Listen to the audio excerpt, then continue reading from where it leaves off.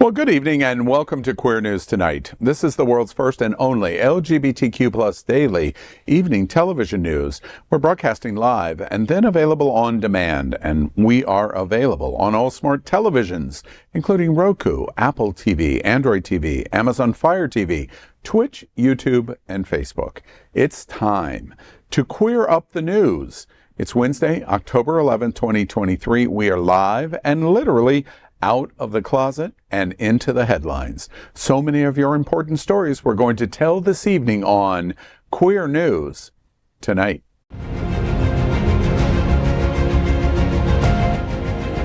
This is the world's first live daily LGBTQ evening news show, literally out of the closet and into the headlines on Queer News Tonight with Al Ferguson. I'm your anchor at Queer News Tonight, Al Ferguson, and this evening we bring you the news of and a perspective representing the LGBTQ plus community from South Florida, America, and across our planet. This is the world's first and only unedited live LGBTQ plus evening news show. Whatever happens unique in the LGBTQ plus news, you will see it and hear it. Hotspots Magazine, Happening Out Television Network, is a nonprofit 501c3 media company in the same models of PBS and NPR, but designed for the LGBTQ plus community. Our mission? To support the 10 pillars of our community. We want to inform and educate the key issues of our Black community, Latino, lesbian and queer women, trans, student youth, seniors, HIV/AIDS healthcare, business, social justice, and faith. Help us support our community. We are part of one of the largest LGBTQ plus media companies in America, Hotspots Magazine and Happening Out Television Network. Our magazine is celebrating 38 years of the LGBTQ plus experience, and our television news, talk, and entertainment shows support our mission to educate the LGBTQ plus and broader community. Let's welcome anchor Klifton Fehr. Klifton has been an healthcare professional within the South Florida area for more than 15 years. He has been working throughout the country with corporate business leaders and businesses for the past 3 years throughout the pandemic to address mental health challenges within the workspace. Good evening, Klifton. Good evening, Al. Next, let's welcome John Hayden, a journalist for 28 years. He is now senior reporter for Out South Florida. You can follow him on Instagram at John Hayden Journalist for breaking news and live reports from community events. Welcome, John. So much going on in the community, so lots to follow, please, at John Hayden Journalist. Like we didn't know John Hayden Journalist, but that's it. No, yeah, we got it. Yep. It's very, very important account to follow. Next, let's welcome anchor Dr. Tai Houser. He is a professor of English and Humanities at Broward College and teaches in the College of Business at Florida Atlantic University. He has served as a visiting professor at colleges in Bolivia, Brazil, China, India, and Spain. Tai owns Linden Bridge LLC, an educational experience company. Good evening, Tai. Al, if you need I'm going to recommend an educational experience, so give me a call. All right. I need it. All right. We are the reporters for Queer News Tonight, and this evening we begin with the queer headlines. The LGBTQ plus community in South Florida and across America is diverse. Our community across the world is vast, and here are the bullet points of the queer news for today, Wednesday, October 11th. Let's begin by queering up gay culture. Happening Out Television Network celebrates National Coming Out Day. Today is National Coming Out Day, a day meant to help create an environment where living openly and honestly is possible. Conceived by psychologist Richard Izzard and activist Jean O'Leary on October 11, 1988, the idea for the day was the culmination of 4 months of momentum where more than 100 activists were gathered in Manassas, Virginia, near Washington, D.C. Coming out can be a difficult time for many in the LGBTQ plus community. Advocates say, and many organizations offer counseling and support. The term coming out is abbreviated from the commonly used phrase coming out of the closet, a metaphor used to describe the process of an LGBTQ plus person revealing their identity to the people around them. While the term sounds like it refers to a single moment in time, being out can mean something different for everyone, and often includes a longer process of accepting one's own identity before sharing within a chosen group of people and the world at large. National Coming Out Day exists not only to encourage and support people in sharing their authentic selves within the world, but also brings awareness to the experiences and challenges members of the LGBTQ plus community face when deciding how and when to disclose who they are. Recently, Todrick joined us for a special interview where he discussed his coming out. Stay tuned at the end of the episode for that part of the interview.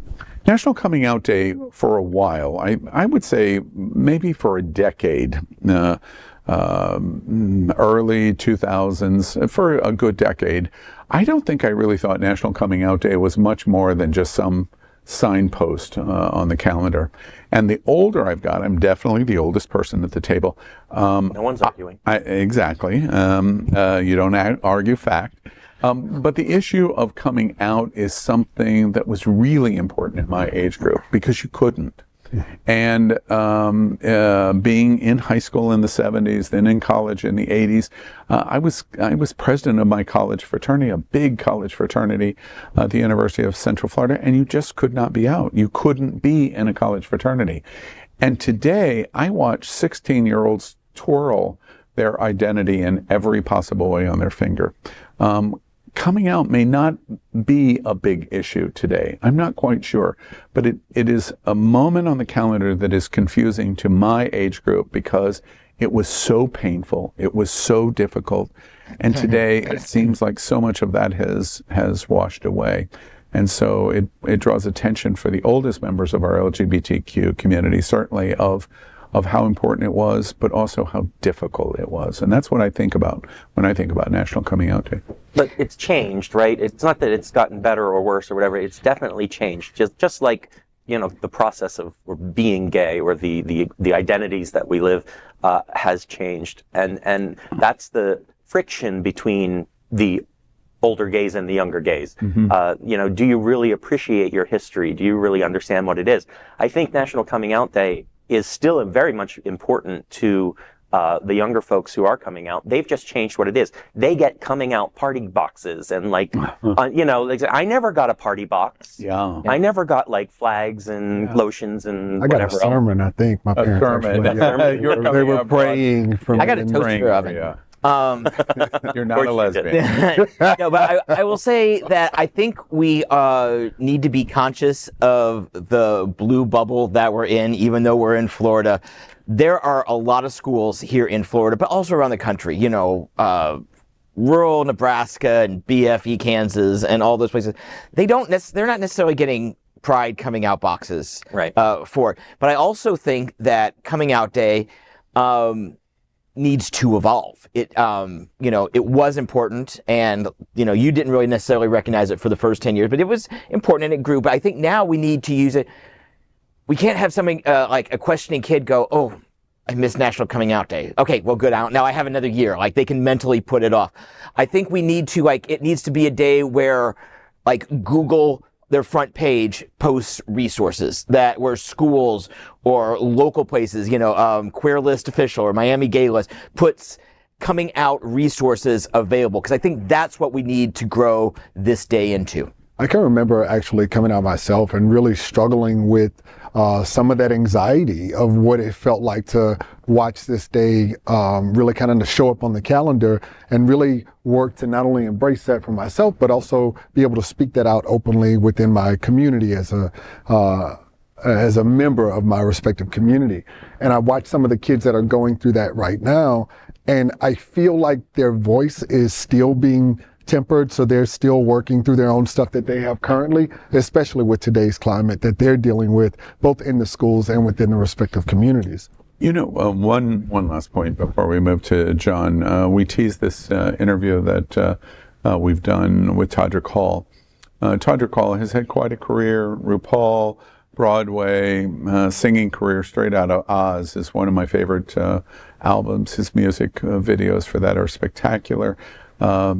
American Idol, Celebrity Big Brother, he's second. The Masked Singer, he's second. When I talked to him about American Idol, I talked about Simon Cowell, which I thought was interesting. But I caught Todrick by surprise by saying, you know, I watched you in 2010 when you were on American Idol, 13 years before. He was 25 years old when he was on American Idol, 25. And he's been asked about American Idol 10,000 times, so he's not surprised by my question.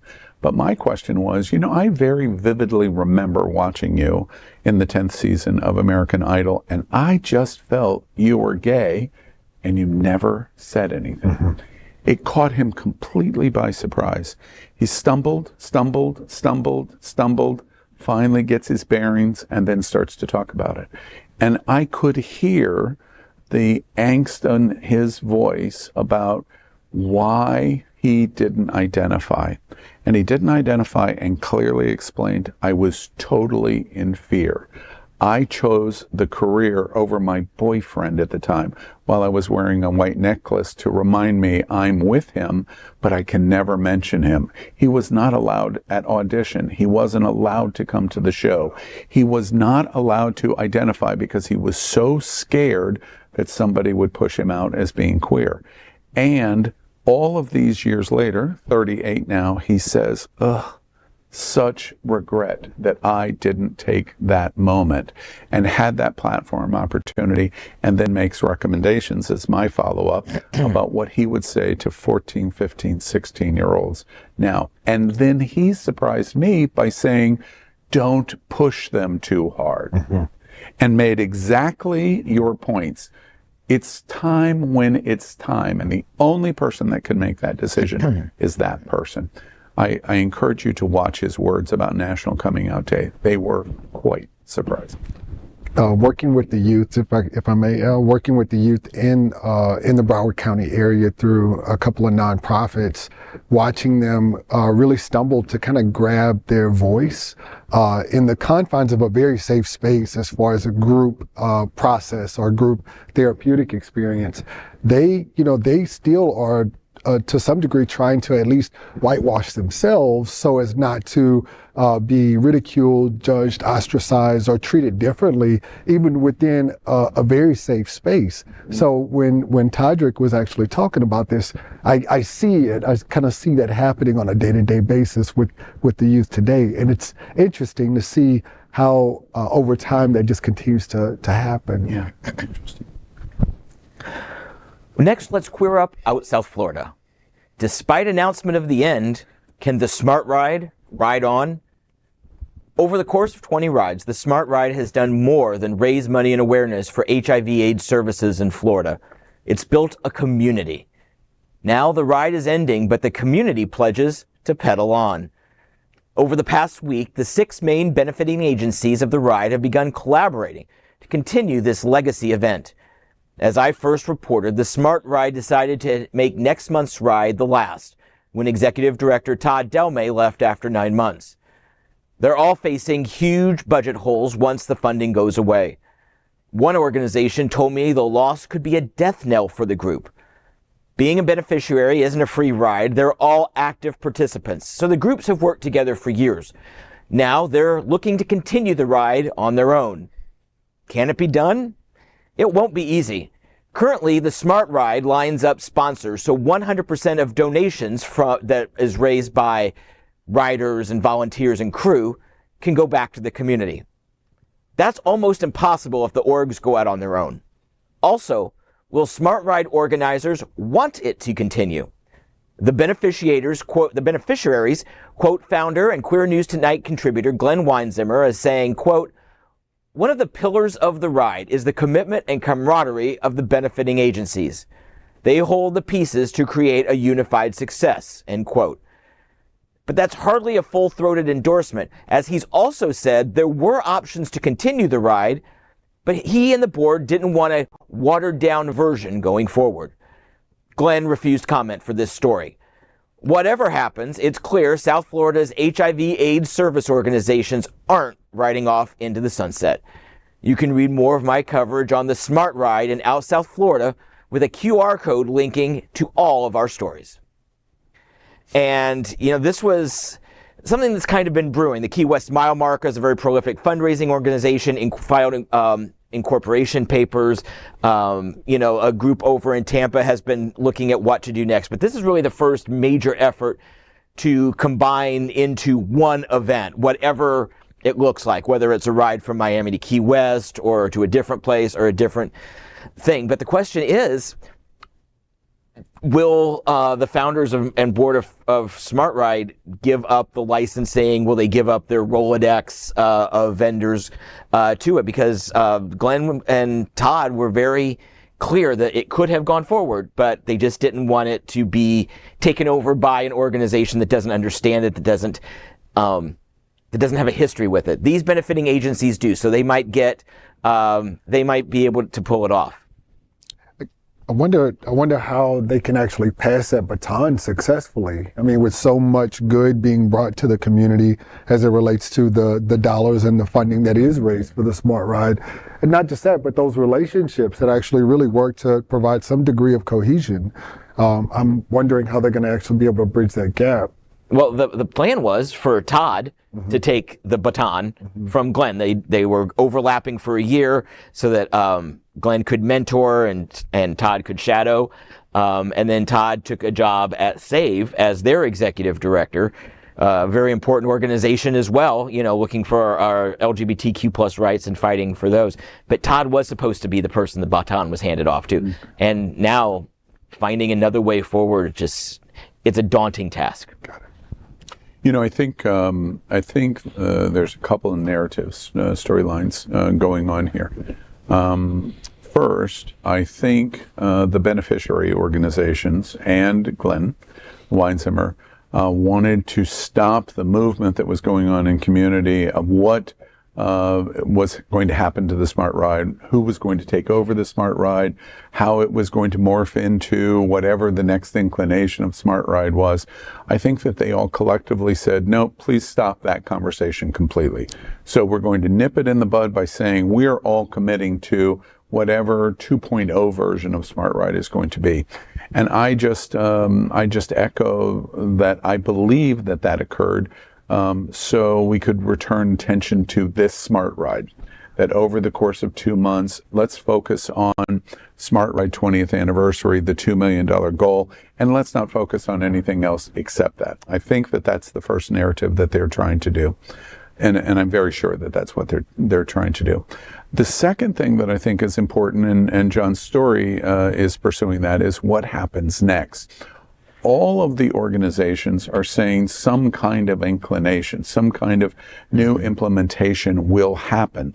But we have until the end of the year to even have to consider that, because fundraising for this Smart Ride will go through December 31st. They'll do the check presentations in January. And then what the beneficiaries want to do to replace is going to be next. And I think John rightly is reporting on the fact that that is a daunting task in many different ways. But I think that's the second narrative. The third narrative that I think is really critically important in the implementation of Smart Ride is it is a model that was built 20 years ago on 100% give back. And that model is hard to repeat. And I think the beneficiaries and Glenn Weinzimmer's decision is, wait, we don't want a watered down version of this conceptual idea tagged and named in any way Smart Ride, when this was the philosophical fundraising commitment of 100% give back with sponsor participation, and that we are trying to ensure that other organizations don't pick this up and then turn it out into, well, we really mean 60% donation. Right. Glenn Weinzimmer developed the Smart Ride in 2003 from the old Clear Channel, I've forgotten, version of the Smart Ride, where he very clearly explained they raised $1 million and only gave $60,000 to the beneficiaries. $940,000 was used for expense-related causes of people donating to the ride, and only $60,000 getting into the hands of beneficiaries. They're very keenly committed to the fact that Smart Ride has never been associated like that and never will be associated like that.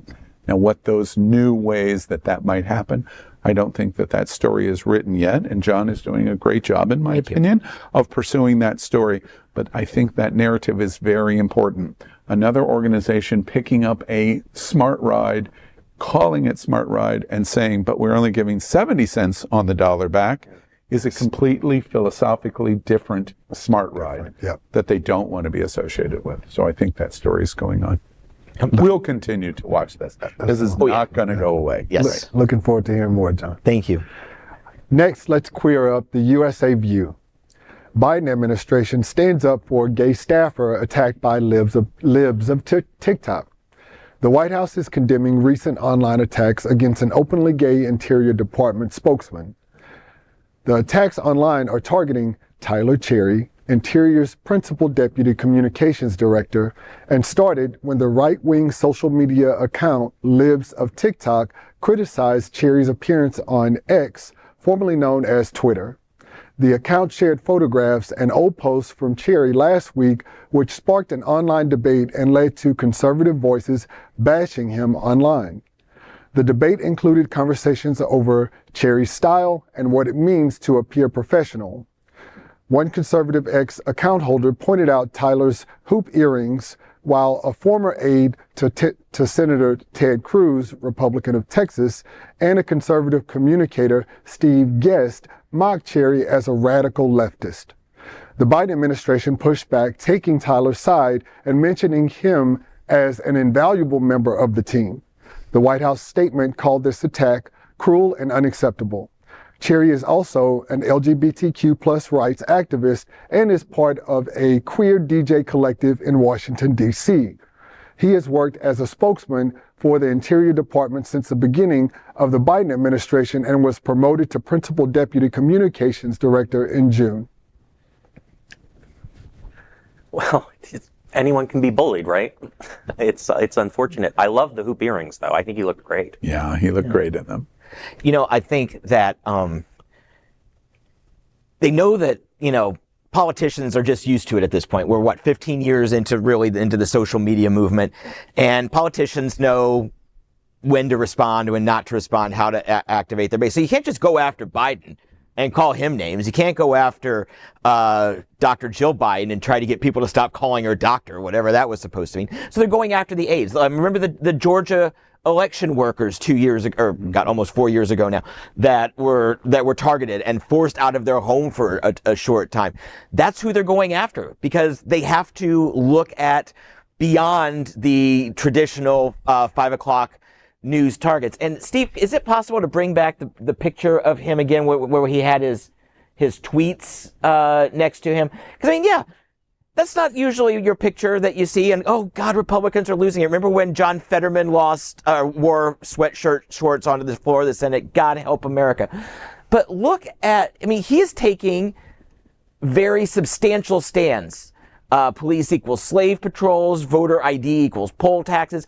He's going on. This is not a frivolous account. He is a real spokesperson for common sense Americans, not just LGBTQ plus. And honestly, that jacket is 100% on point. Yeah. Well, and when you can't go after the actual content, you go after the person. Right. Yeah. And there's where we are. That's really, in my opinion, the heart of this story. The heart of the White House press secretary, who is LGBTQ plus, by the way, or representation in our community, says this attack is cruel. How can anyone on either side say the attack is not cruel? The attack is cruel. We know it is. When we characterize the attacks that we do, if we make them highly personal of Donald Trump or of Ron DeSantis or Ted Cruz or Lady G, my jokes about Lady G could be interpreted as cruel. If that was the result that somebody hears from the joke, then it is inappropriate for me to tell the joke because it becomes cruel. It does not have to be the agreement of this side that you accept to say it's no longer cruel. And really, that's at the heart of this situation. If somebody that represents as an aide in the Biden administration is significantly effeminate or flamboyant, that does not make them a terrible person. And so therefore, an attack on their flamboyance becomes cruel. And the same is true for the uber conservatives.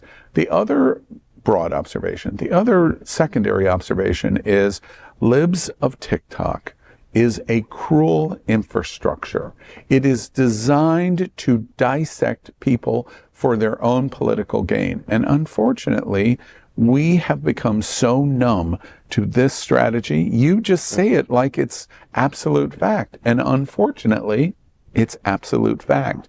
And unless we can find a way to pull out of this nosedive that we have watched, you say 15 years, but certainly, can't we all agree over the last 8, it has become, since a president that became president in 2016, it is the strategy du jour.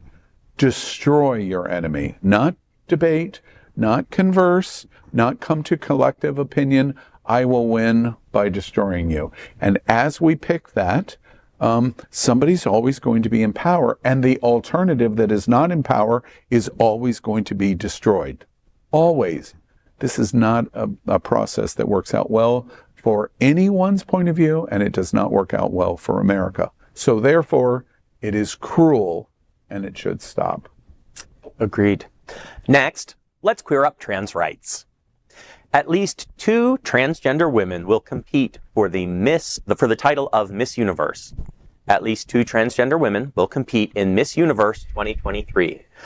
Marina Machete became the first transgender woman to win Miss Portugal last week.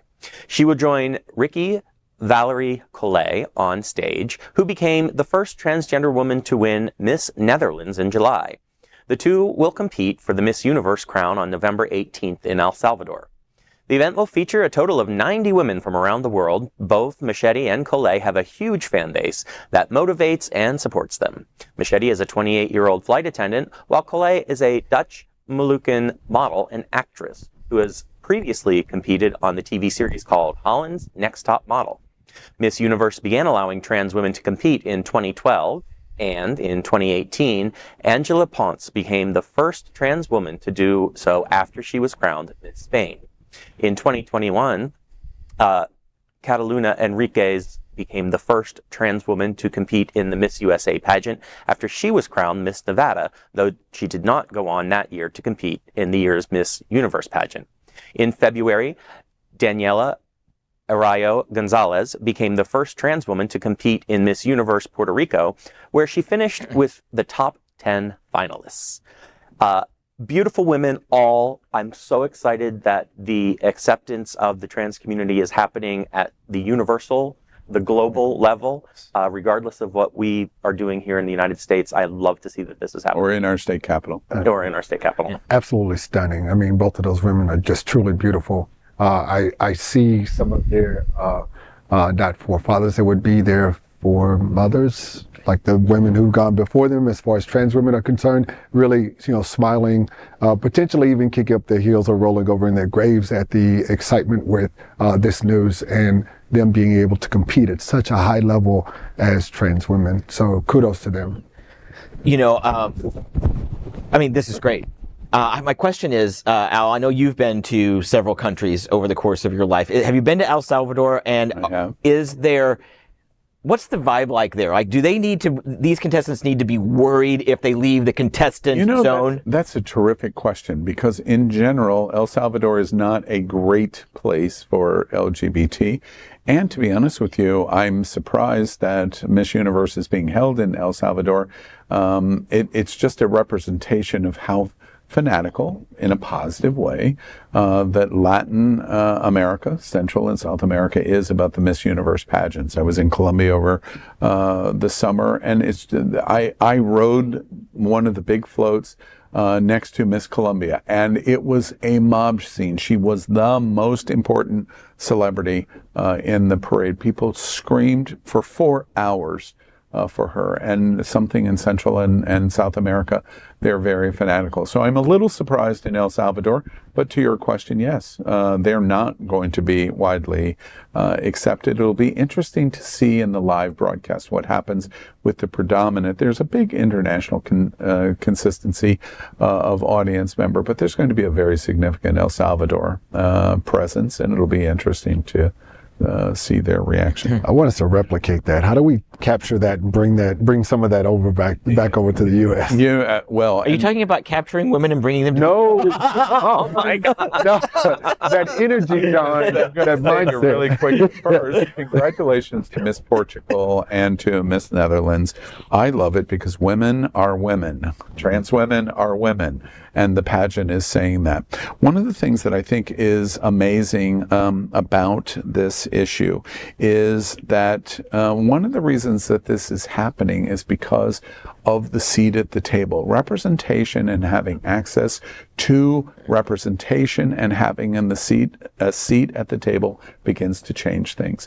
When a business, especially in ownership of business and leadership of major roles in business, have the opportunity to promote minority representation, good things happen for their business, which is why so many businesses like Disney, for example, promote diversity. When they open the doors for women, things improve. When they open the doors for Black people, things improve. When they open the doors for Latino people, things improve. When they open the door for trans people, things improve. The Miss Universe pageant is owned by a trans billionaire. Wow. Now, it's a unique situation, but think about it from the standpoint of business ownership of the pageant, opening the door for representation, and this is what happens. And bravo to that. One last quick thought that I think is so interesting. In the trans community, the argument by the most radical evangelicals and GOP is that trans women have an unfair advantage in sports. Over and over and over, they yell it and yell it and yell it. I'm kind of curious how they're going to say Miss Portugal and Miss Netherlands has an unfair advantage at the Miss Universe pageant. We will be listening closely at your next words leading up to the November Miss Universe pageant. But we congratulate both of you. All of us in America and in the LGBTQ community are proud of the representation you'll bring to El Salvador. Absolutely. Absolutely. Well, now let's queer up health. California Governor Newsom vetoes 3 bills aimed at protecting LGBTQ plus health. California Governor Gavin Newsom over the weekend nixed 3 pieces of legislation aimed at addressing health concerns faced by LGBTQ plus individuals. It brings the number of related bills he's vetoed this legislative session to 4. One of the veto bills would have provided protections for California workers who need time off to care for their biological or chosen family members. It was authored by Assemblywoman Buffy Wicks and had drawn strong support from LGBTQ plus rights advocates and groups promoting gender justice policies. The second LGBTQ plus friendly bill vetoed was authored by Assemblymember Wendy Carrillo and would have closed loopholes in existing law to ensure health insurance policies provided to Californians by out-of-state employers with out-of-state insurance contracts include coverage for abortion and gender-affirming care. Newsom reiterated concerns about this well-intentioned bill leading to litigation. The third bill would have closed loopholes and strengthened protections in existing law to ensure California health insurers continue to provide free and complete coverage for preventive services like PrEP and effective medicine for ensuring people remain HIV negative and testing for sexually transmitted infections. Newsom has until Saturday to sign or veto 2 more LGBTQ plus related bills before him. Both concern needs of transgender individuals. And I think I've done a little bit of research into these. Like I said, he was vetoed, and it's very shocking because he's literally the most liberal governor who has challenged Ron DeSantis to a Mensa meeting battle on Fox News. So we'll see how that turns out. On Sean Hannity. On Sean Hannity. More than Fox News. Yeah. So I would love to learn more about this. I think I think he just said were written too loosely and would have brought litigation that the state just wouldn't have won. But if they come back with something in the next session, it could pass muster. I want to ask all of you a question as it relates to that. If somebody that is considered an uber ally of LGBT, Governor Newsom is generally considered an uber ally of the LGBTQ community in California and is clearly starting to set a precipice of his definition of interpretation through the rest of the country, which is an indication he has greater political aspects on the horizon. Do we have to have universal agreement that unless we agree on every subject, if, like in this instance, he vetoes bills, that lessens his support of LGBTQ community? You're saying, I'm researching, I need to do more research. Maybe he makes the decision that this bill is intentioned correctly, but the implementation of the bill is wrong, so therefore I veto it. Does that make him some kind of adversary for LGBT? I'm going to put it in my words. When you submit a paper to me for grading, and I give it back to you and say you can do better, it's not because I'm not supporting you. It's because I'm challenging you to reach your potential and to do it the best way possible. Yeah. And I think in a lot of ways his vetoes, and I'm not sure about all of them, but in a lot of ways his vetoes were like, you can do better. I need language that's not going to get challenged in the courts. I mean, there has to be some degree of trust that we have to have in our respective politicians or leaders, especially for this governor. You know, I'm hopeful that, you know, we can actually continue to support him because he has been such a strong ally for the community. Yeah, I think that it will make it harder for him to go to the HRC national dinner and make his case. He's going to have to answer for this because let's face it, we know he's going to run in the 28 cycle. I mean, it's just, he'll be done with governing by then. And that's just what's going to happen. He started LGBT marriage equality in San Francisco when he was mayor there. He just did it. All the marriages were overturned, but he said, this is the right thing to do. We're going to do it. On the day that California's marriage ban, Proposition 8, Prop 8, was overturned by the courts, Kamala Harris was the attorney general, and she was on the phone saying, start marrying these people, and she did some marriages that day. We've got two great allies that are going to be on our side in 2028. So if they want to go at each other, and she wants to come after him and say, you can do better, you can be gayer, and, you know, if they want to charge up that, we're all going to benefit because of it. You know, one last thought. To my question about do you have to be absolutist, and yes, he's going to go to the HRC, and I think he can stand in front of those 2,000 people at the national dinner and say, this is exactly what you want me to do. And I remember clearly in 2006, where there was a whole swath of America going, Barack Obama is not a great ally to the LGBTQ community. It's only Hillary Clinton. And he flips the switch for the rainbow lights on the White House in 2015. It's a process where we have to continue to educate and evolve and learn and understand to make the right choices. Your illustration of the paper writing in your classes at your university is it seems to me a perfect example of what we should expect of our leaders, not absolutists to agree with us. And the other thing that I think is particularly important to this story is how uneducated we are and seem to become more and more uneducated. We read a headline in social media and think we know everything about the story. The veto is. Wait, that's only the first seconds of the story. Please read more. Please understand more. And if we don't, we come to wrong conclusions. And if we said in 2006, Barack Obama is rejected because of the ridiculous headlines that we were reading, and we became absolutist over it, we don't get a Barack Obama. And that's what we're doing. And the LGBTQ community, I just think we should hold ourselves to a different standard. We commit to being educated, to be well-read, and to understand what the issues are going on, to not be as uneducated of our criticism of what we watch in libs of TikTok, for example. we hold ourselves to a better standard. One final point from me. Legislation is done through process, and process takes time.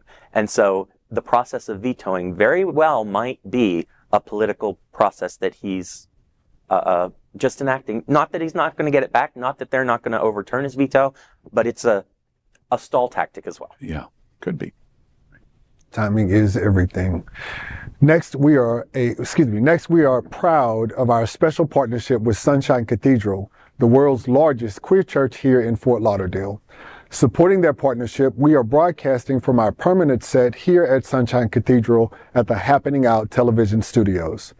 We broadcast Sunshine Cathedral's Sunday International Service at 10:30 a.m.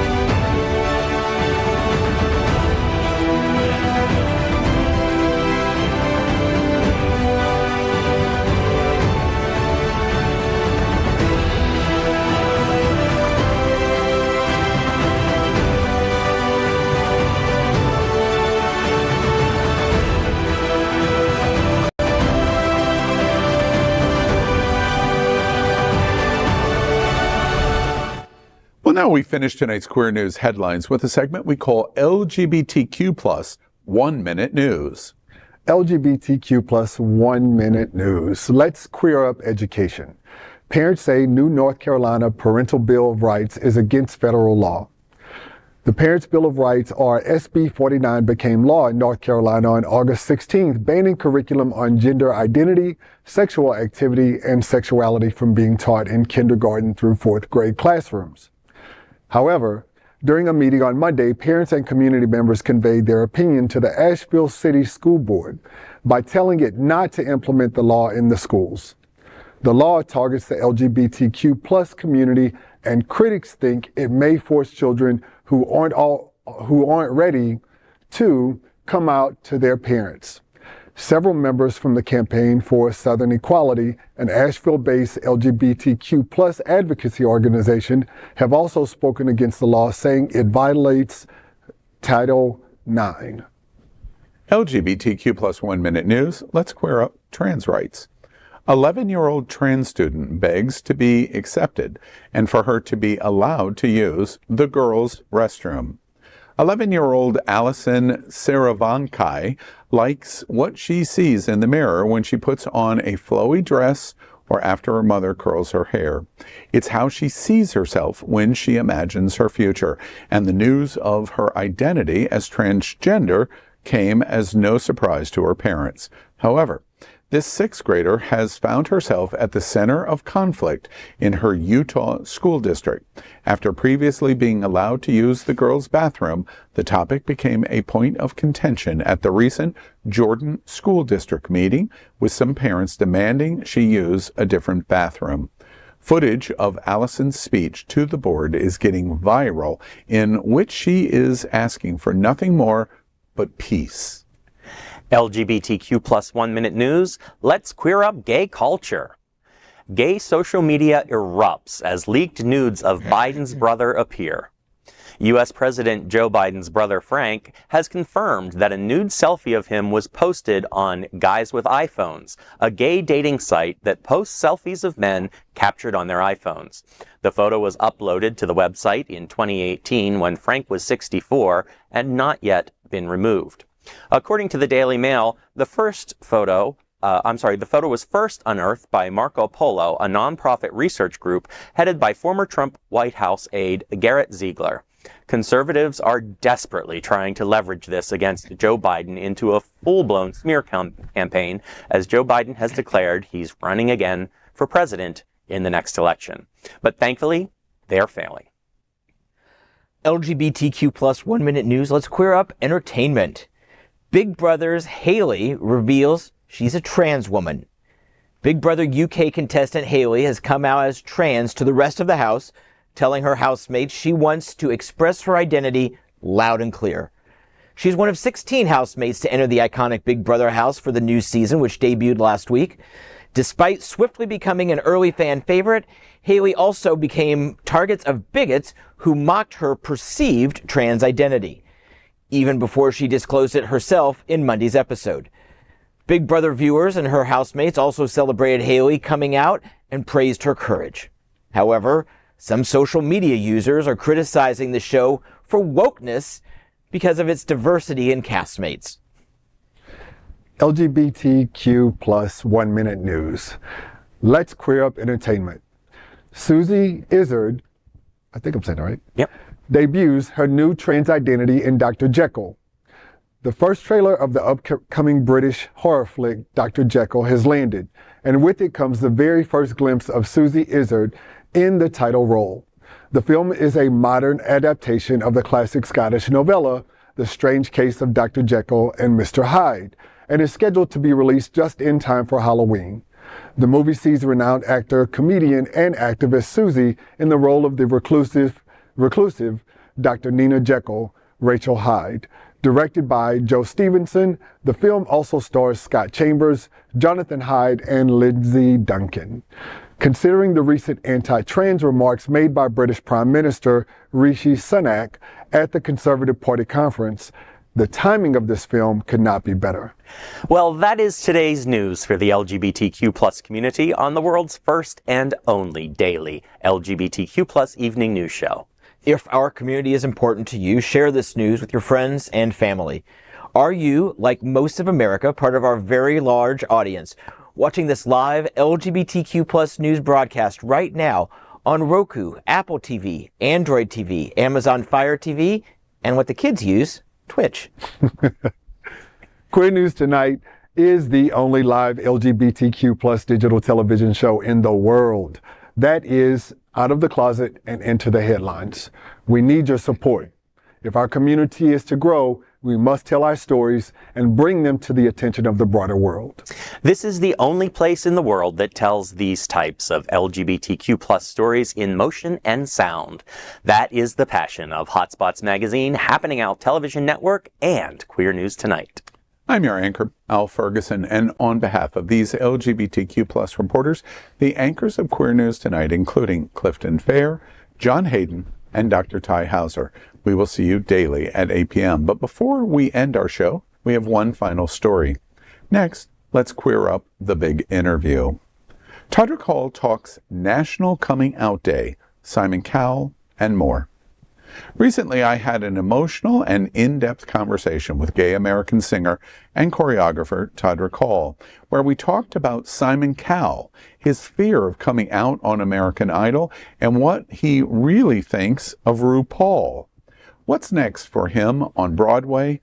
10 million YouTube views of his singing order in McDonald's drive-thru 13 years ago. What he loved about The Masked Singer, what he hated about Celebrity Big Brother, and why The Wizard of Oz is the LGBTQ plus community, and much more. Here's a preview of the interview, and you can watch it in its entirety on our channel.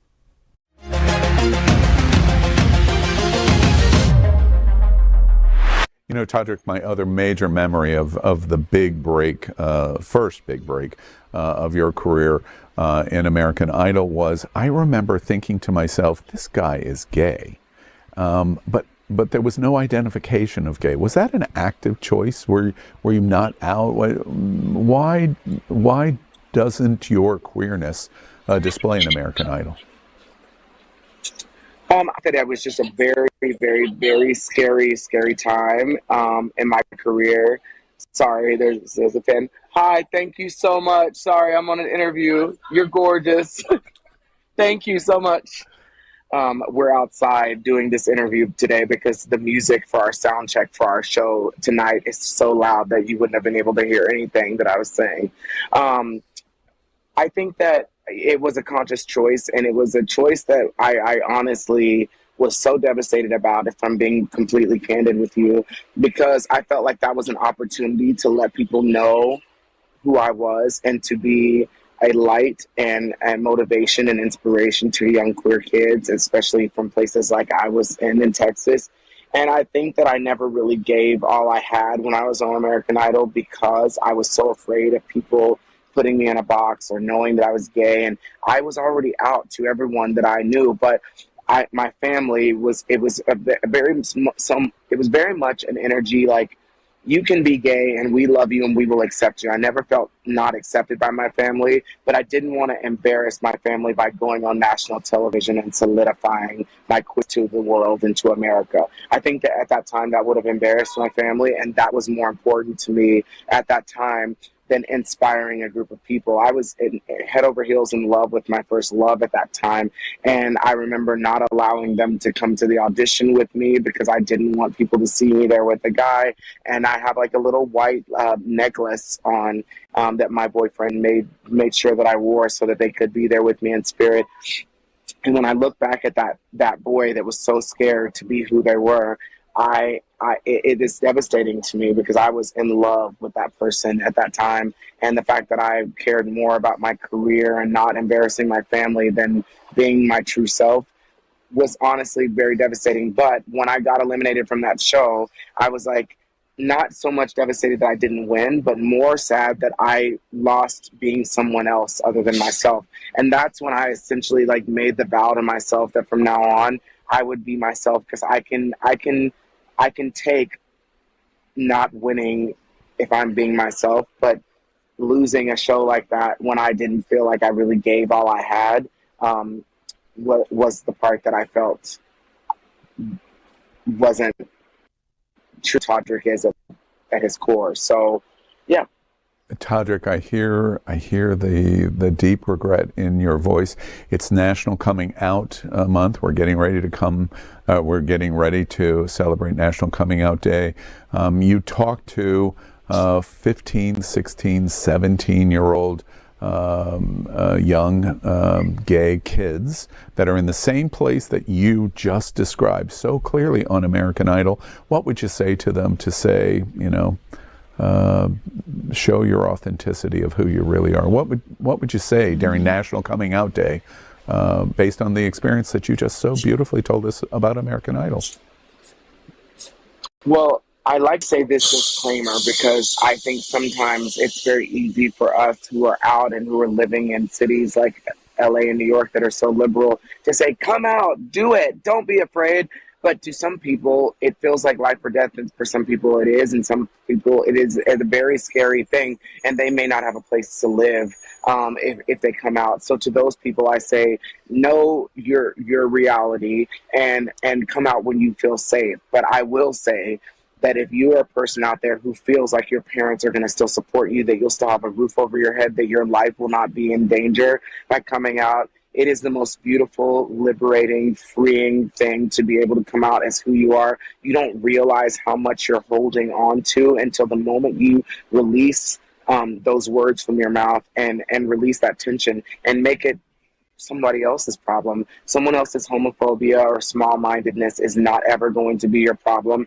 And I don't think that you can really reach your full potential without really embracing every aspect of who you are. My career started to soar the moment I was able to come out and just be unapologetic about who I am. And you never know how many people's lives you're going to be able to touch or save or inspire by coming out. So I hope that this video is encouragement for somebody who out there is young or somebody who's in their 40s or 50s who hasn't come out. It's never too late to be your true authentic self.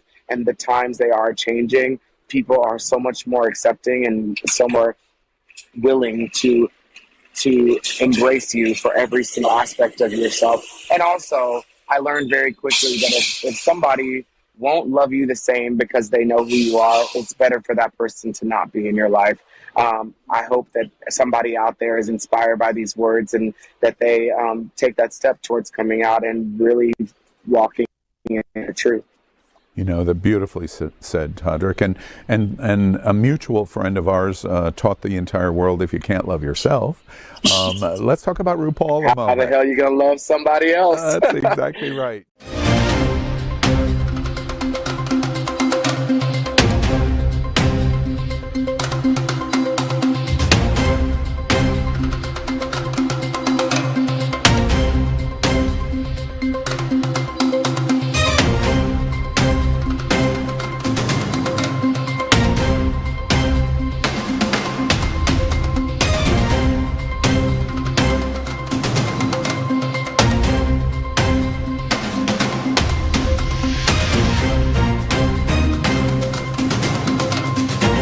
We are Queer News Tonight, the world's first and only live daily LGBTQ+ evening news show, brought to you from Happening Out Television Network.